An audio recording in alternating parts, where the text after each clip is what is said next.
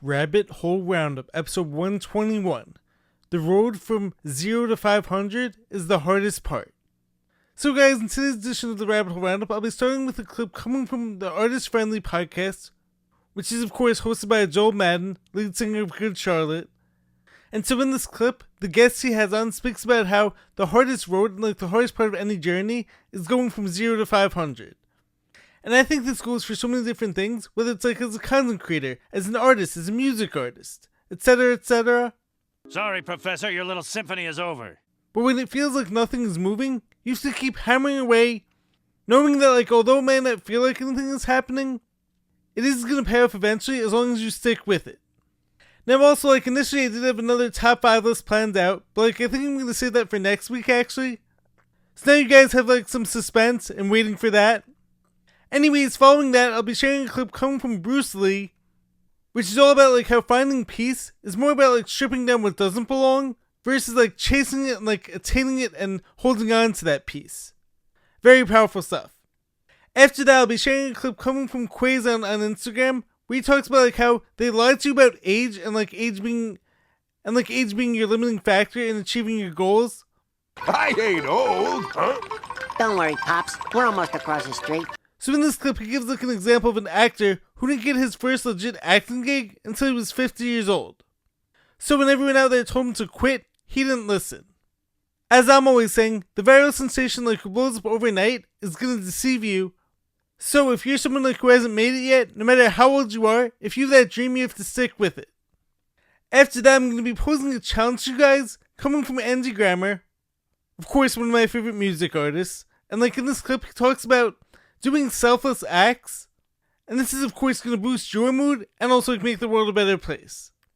And of course, to finish things up, we've got NBA playoffs talk, MLB talk, and whatever else I may come across. So anyways, without further ado, let's dive deeper now. Rabbit hole time, let's go. This is your last chance. After this, there is no turning back, and I show you how deep the rabbit hole goes. What's happening, guys? Welcome back to the channel. I'm Jared Weiss. If you guys didn't know that, it must mean that you're not subscribed to the channel, so you know what to do. Hit that subscribe button, be sure to leave a like, drop a comment, let me know your thoughts in the video. And if you guys haven't done so already, make sure to check out my book, Fight Through by Jared Weiss. All links to purchase it are on my website, which is jaredbryanweiss.com. That's JAREDRYANWEISS.com. Buy the book, support me, and make sure to check out all those awesome shirts in there as well. Every shirt has been designed by me, every shirt is made of 100% organic cotton, so any support at all, as I'm always saying, would be very greatly appreciated. So let's dive deeper into this rabbit hole now. So the first clip I want to share is coming from the Artist Friendly podcast, which is of course hosted by Joel Madden, and in this clip, the guest talks about how the road from 0 to 500 is going to be the hardest part of any journey. So let's watch together now. Green Day's manager once told me, he said, the road from 0 to 500 is 10 times longer than the road from 5 to 2000. Yeah, way longer. And then by the time you're at 500 and you did learn what you were supposed to learn, which is what you're talking about, how to design something that is elite, then you will grow. Then it will go from 5 to 2000 if for it sure. Stops growing at 500, you gotta look at something and go, what are we? Totally. We need to take this to the next level. Yeah. The 0 to 500 is the hardest. Yeah. Those are the trenches you're digging. So as I feel a ton of experience with this myself, as a content creator, and as an author, t-shirt guy, and of course I don't think the numbers are an exact science, but it definitely takes a really long time where there's a musician, a content creator, an artist, to build up that first batch of loyal followers. And I'm still working on this myself, 5 years into making content. How long is this going to take? Some weeks I feel I'm there and I've made it, and I have the momentum finally rolling, and then it's the very next video I post gets 5 views. But the main thing, which is so hard, is to not let that become a reflection of your self-worth, and don't let it make you think you're not doing great work. One of my biggest pet peeves I have is whenever one of these big time influencers, whether it's Gary Vee, who's someone who I generally like a lot, or any of these other guys, and they're talking about how if you don't have millions of views and millions of followers yet, then quite frankly your content just sucks. Really? Well, tell that to all the people who told me that my posts changed their day around, or this was exactly what they needed to hear, in spite of the post not getting millions of views. So you can't always measure things just based on the outward numbers. And this is also like why my recent video on the Jared and James channel was all about being loyal to your mission and not to the numbers. And this is because people who are loyal to the numbers are going to quit too soon, or will only focus on going viral. When you're building something big and like special, it takes time. And you're just simply not giving yourself a chance or enough time to build that great thing. The viral sensation though is likely going to flame out or get exposed over time.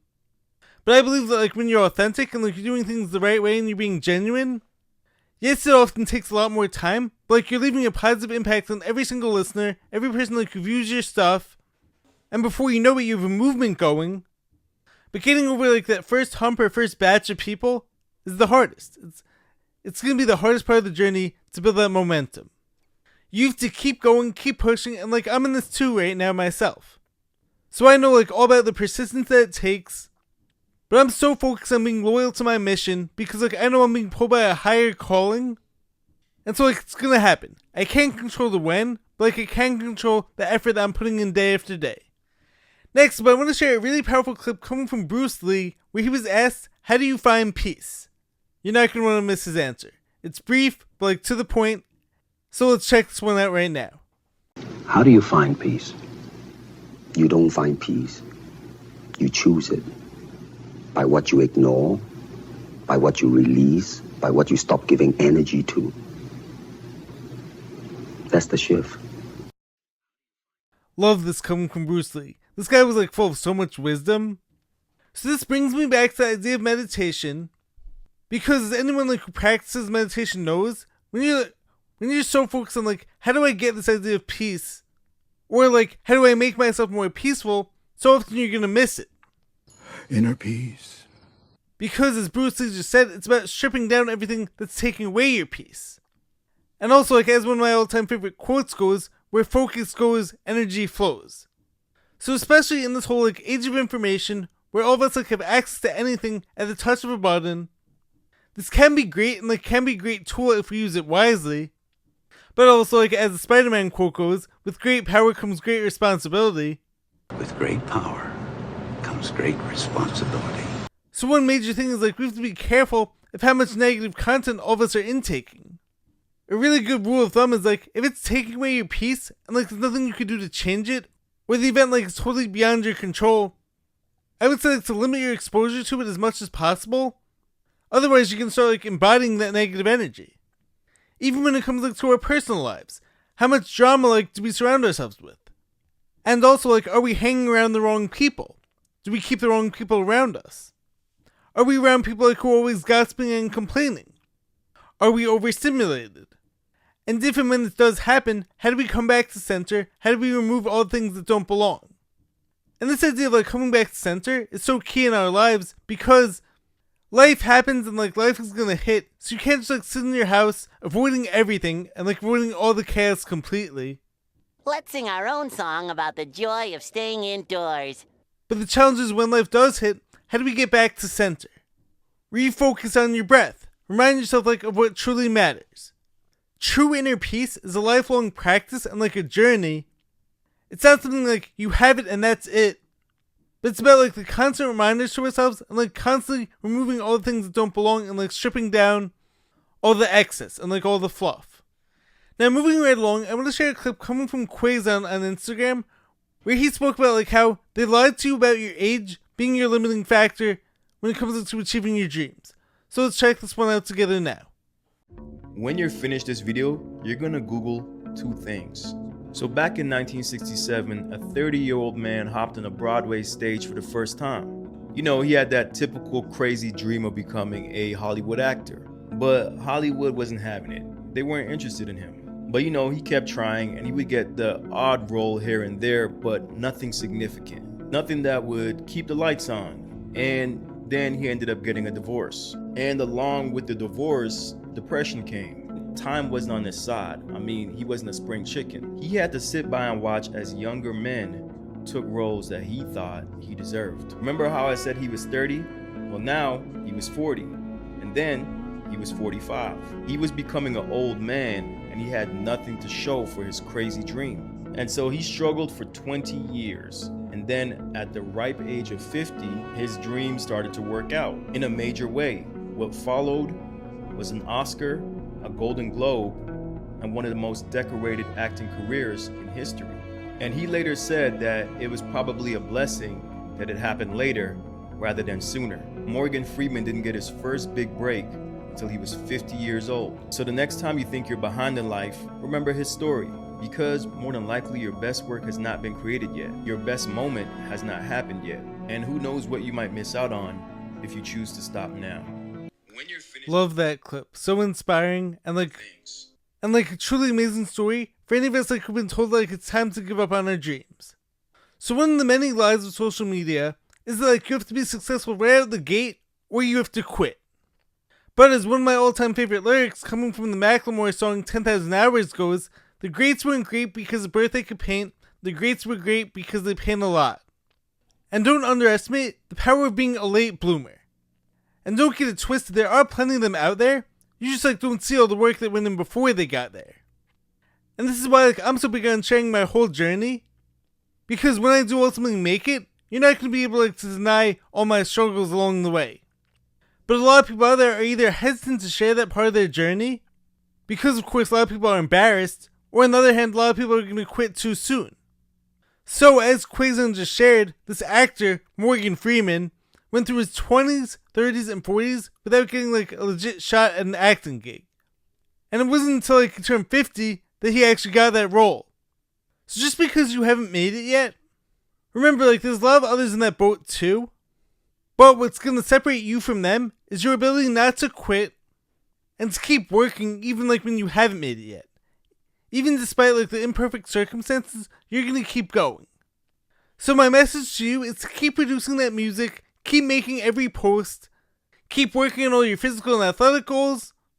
And of course there's no guarantees in life, but what I can guarantee you is that if you keep going on your dream and don't quit, you're going to achieve success in some capacity, and possibly even like far greater than what you initially set out to do, and you're going to learn so much about yourself along the way. So don't let age limit you. I ain't old like you.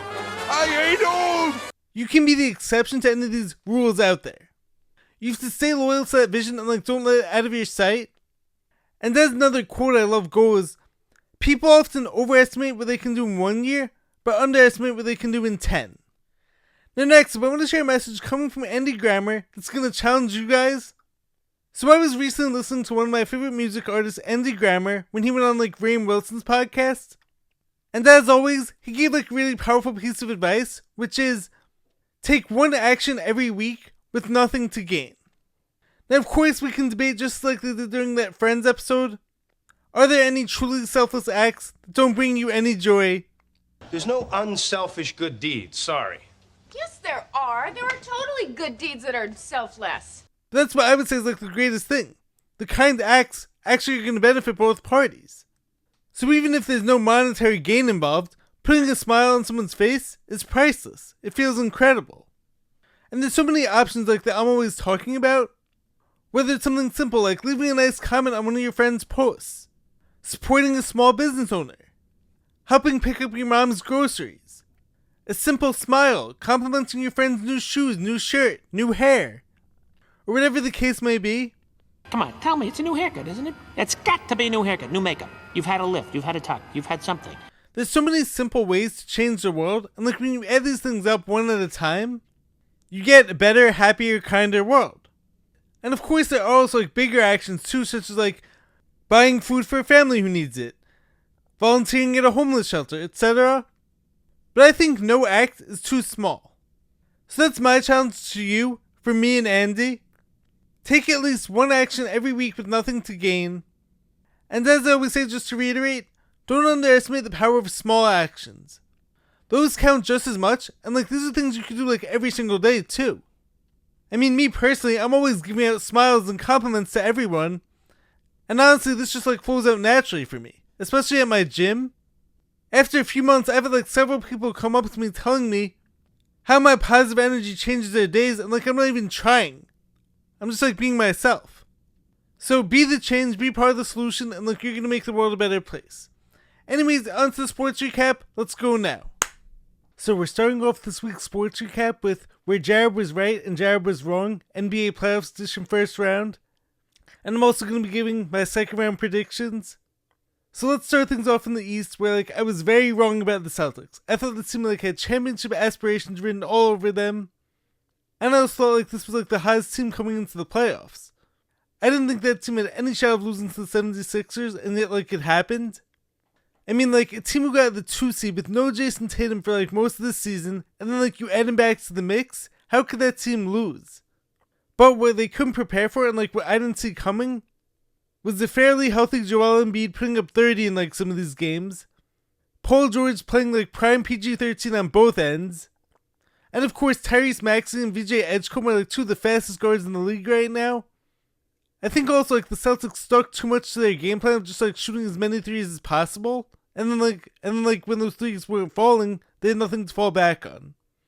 I just don't get how a team who seems so put together could blow a 3-1 lead to a team who seemed all over the place during the season. But hey, I guess the process continues. Trust the process, Joel Embiid. And speaking on Jaylen Brown's point, as far as Embiid's flopping, I don't like it, but he does it also too. And I see this as a league-wide issue actually. In my opinion, I think the league has to get back to making the distinction between unnatural shooting motions versus natural ones. Anyways, the next series we had the Knicks beat the Hawks after starting the series down 2-1. Cat of course turned it up. OG Anunoby was probably their most consistent player during that series. All of his playoff numbers have actually gone way up from compared to during the season. He's currently averaging 22 a game in the playoffs, compared to 16 a game in the season. Jalen Brunson turned in 39-point game at one point. And of course they had that massive 51-point win, which was the most shocking win I've ever seen. I did actually predict that series pretty correctly though. I said the Knicks had to watch out for CJ McCollum. And I also said the Knicks were probably going to win in 6, but it was going to be a tough 6 games. And now you had the Knicks rout the Sixers in game 1 last night. Now don't forget, the Celtics actually did the same thing to the Sixers in game 1 of that series too. And the 76ers are coming off crazy game 7. So expect the Sixers to regroup, I would say. I am predicting a Knicks victory in the series, but a lot of it is going to come down to Cat and how well he's able to defend Embiid. Because if not, then they're going to have to go to Mitchell Robinson, which of course he can't hit free throws. And of course all the other matchups change too. Brunson had 35 last night though, so he got off to a hot start in that series. I also expect the 76ers guards to go off a bit more as the series rolls on. OG and Bridges always going to be X factors. But I don't think it's all going to be game 1, where the Knicks are just going to roll through the Sixers. Moving ahead, we had the Pistons complete that comeback against the Magic, coming back from 3-1. Largely courtesy of my guy Tobias Harris. Once again, I played for his dad's team back in high school. I've also actually gone up against Tobias during practice sometimes. And also, my dad is actually his attorney now, and he's actually really close friends with his dad too. So anyways, it's really nice for Tobias to finally get all the credit that he deserves after all that hate he had to experience back in Philly. And don't get it twisted, he was the Pistons' most consistent player in the series. Of course, alongside Kate Cunningham. But Tobias had 5 straight 20-plus point games, and in game 7 he had a 30-point game with 9 rebounds, shot 11 of 18 from the field. Kate Cunningham, of course, was fantastic as well, as he was averaging 35 a game and 61% from 3, if I'm not mistaken, over the last 4 or 5 games. Asara Thompson's defense and rebounding were crucial for them. And of course, he always does all the little things really well. But the Magic blew the series in game 6.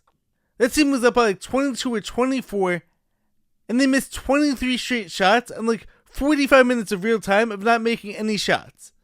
They just kept chucking up threes and it was over at that point. And of course, they fired their coach Jamal Mosley, who actually is a really good coach, I think.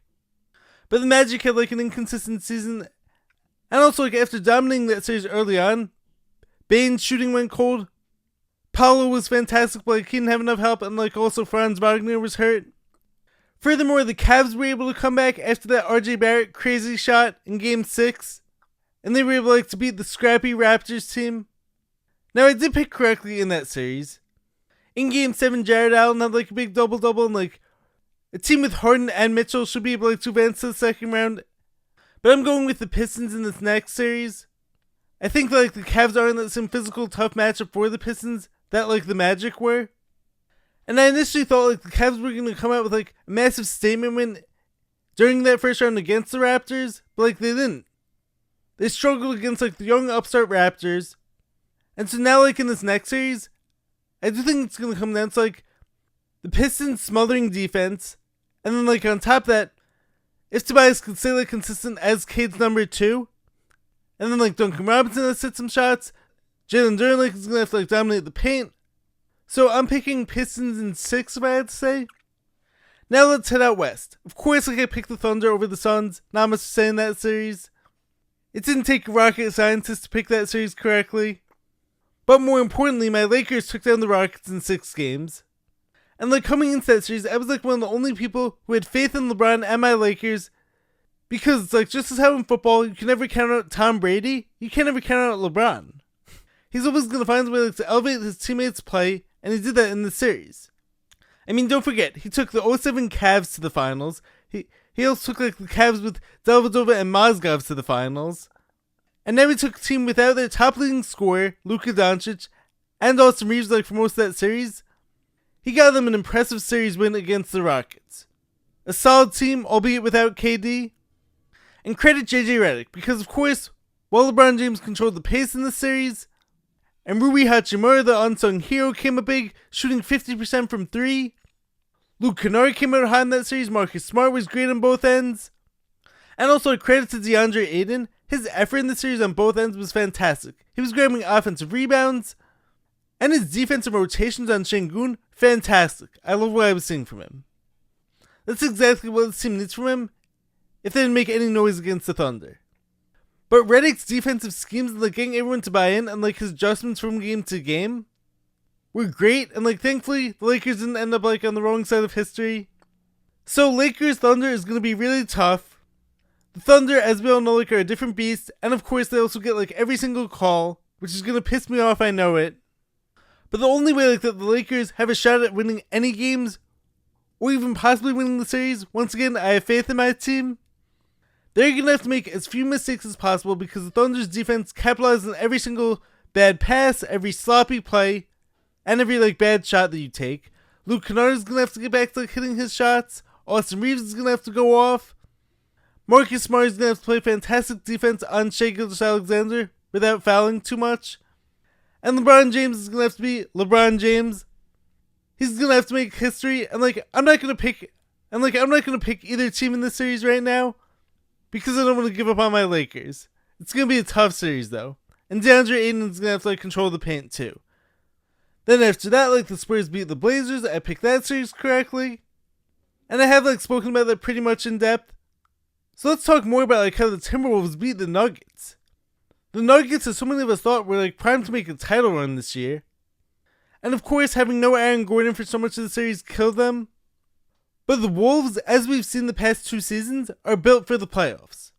They have a ton of length and physicality. They have guys like Naz Reid, Rudy Gobert, who's been playing out of his mind on defense. He frustrated the hell out of Jokic. And also, like, the Wolves were all about, like, next man up. Even with, like, an injured Anthony Edwards and DiVincenzo, DeSumo steps up with, like, that 43-point massive game. Then he goes down, Julius Randle steps up, Jaden McDaniels had, like, a hell of a series. He reminded us, like, he's not just, like, a fantastic defender, but, like, he can get done on offense, too. So, Wolves Spurs isn't, like, a cakewalk, which is why the Wolves actually took game 1, and a shocker. Julius Randle in that game had 21-10, and Edwards had 18 off the bench, even though like he's playing through an injury. Rudy Gobert's defense was still like fantastic. And so I'm done underestimating this Wolves team. I did the same thing last year, and they proved me wrong, and like I did it again this year, and they're proving me wrong, again.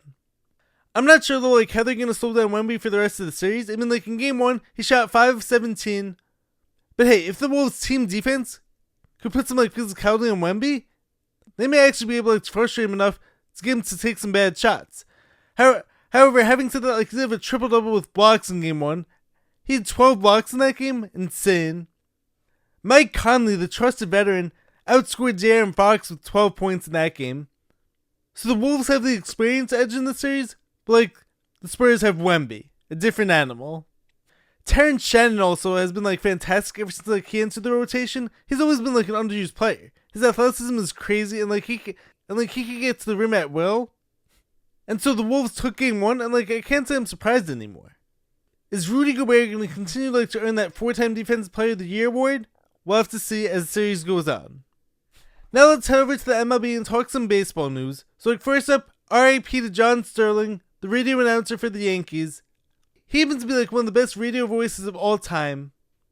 And I have like so many memories of being in the car with my family over the summers and like hearing John Sterling's voice shouting out, "The Yankees win!" Or on the other hand, like, "It is high, it is far, it is gone." A true legend was lost the other day. So speaking of which, my Yankees have won 14 of their last 16 games. Aaron Judge is currently tied for the MLB lead in home runs with 14. He's of course tied with Munetaka Murakami, who actually took top pitcher Jose Soriano deep last night. Aaron Judge is currently the only player in the MLB with 10 plus home runs, 25 or more RBIs, 25 or more walks, and 5 or more stolen bases. He's incredible. I love watching him. He and Ben Rice may actually have like competition for the home runs in the AL. And of course they're both on the same team, so like I'm a huge fan of them. Cam Slittler has been pitching gems every game, like he's now 5-1, and his 101 mile per hour fastballs, let's go along with his 95 mile per hour cutters, have been absolutely elite so far. Moreover, unfortunately for my fantasy team, Tarek Skubal went down with an injury, and like he's gonna be done for a while. That's gonna be a huge hit on the Tigers' rotation, and of course their playoff chances. Other baseball news from around the MLB, you have Cam Slittler, who now leads the American League with a 1.52 ERA. I do actually happen to have him on my fantasy team too. Connor Griffin, in 10 games since turning 20 years old, has a 4.05 average, a 1.139 OPS, 5 extra base hits, 8 RBIs, and 3 stolen bases. He's been like a huge bright spot for the Pirates. Aroldis Chapman, since the start of last season, 73 innings pitched, 99 strikeouts, 39 saves, a 1.11 ERA, and .73 whip. Crazy.